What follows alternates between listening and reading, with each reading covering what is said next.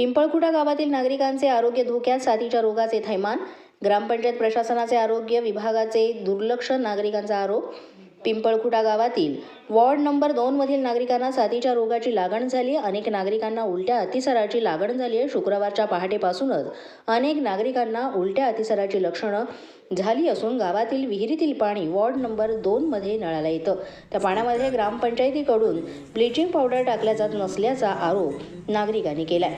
वेदांत प्रमोद गावंडे वय वर्षे 8, ज्ञानेश्वरी प्रमोद गावंडे वय वर्षे 10, शीला ओमकार गायके वय वर्षे 60, शोभा अशोक गायके वय वर्षे 65, मोरेश्वर उत्तम गायके वय वर्षे 58, आशा बोहेर वय वर्षे 58, जानराव शेतोकर वय वर्षे 55, प्रतीक्षा गायके वय वर्षे 19, अशांत निशांत जांभूळकर वय वर्षे 2 यांना साथीच्या रोगाची लागण झाली असून प्राथमिक उपचार केंद्र अंजन शिंगी इथे त्यांच्यावर उपचार सुरू आहेत. मराठी 9 न्यूजसाठी संतोष वाघमारे, धामणगाव रेल्वे.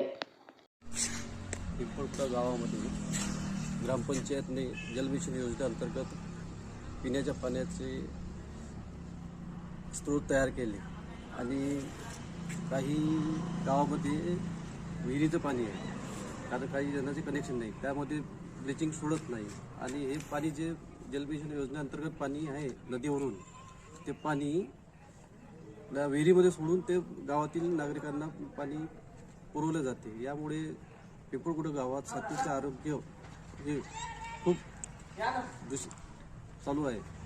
त्याकरिता प्रशासनाने योग्य काळजी करून त्याची चौकशी करून जनतेच्या आरोग्याशी होणाऱ्या खेळाची चौकशी करायला पाहिजे, कारण यांचं आरोग्य धोक्यात चाललं आहे. तरी संबंधित ग्रामपंचायतवर कारवाई करायला पाहिजे, कारण जे दूषित पाणी विहिरीत सोडून ते पाणी याच्यामध्ये सोडलं जाते, गावात सोडलं जाते. तरी